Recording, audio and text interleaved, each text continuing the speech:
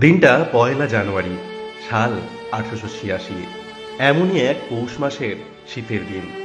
ঠাকুর ওই দিন বিশেষ সুস্থ বোধ করায় কিছুক্ষণ উদ্যানে বেড়াবার ইচ্ছে প্রকাশ করলেন।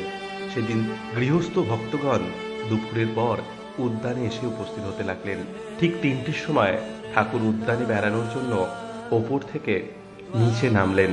তারপর নিচের ঘরের পশ্চিমের দ্বার দিয়ে উদ্যান পথে নেমে দক্ষিণ মুখে ফটকের দিকে ধীরে ধীরে অগ্রসর হতে লাগলেন।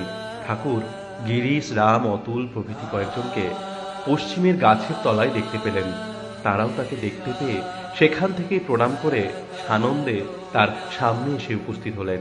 কেউ কোনো কথা বলার আগেই ঠাকুর সহসা গিরিশচন্দ্রকে সম্বোধন করে বললেন, গিরিশ, তুমি যে সকলকে এত কথা বলে বেড়াও, তুমি কি দেখেছ, কি বুঝেছ?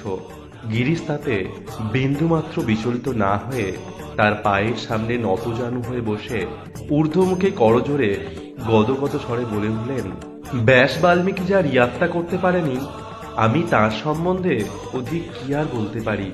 ঠাকুর মুগ্ধ হলেন এবং তাকে উপলক্ষ করে সমবেত ভক্তগণকে বললেন, তোমাদের কি আর বলবো, আশীর্বাদ করি তোমাদের চৈতন্য হোক।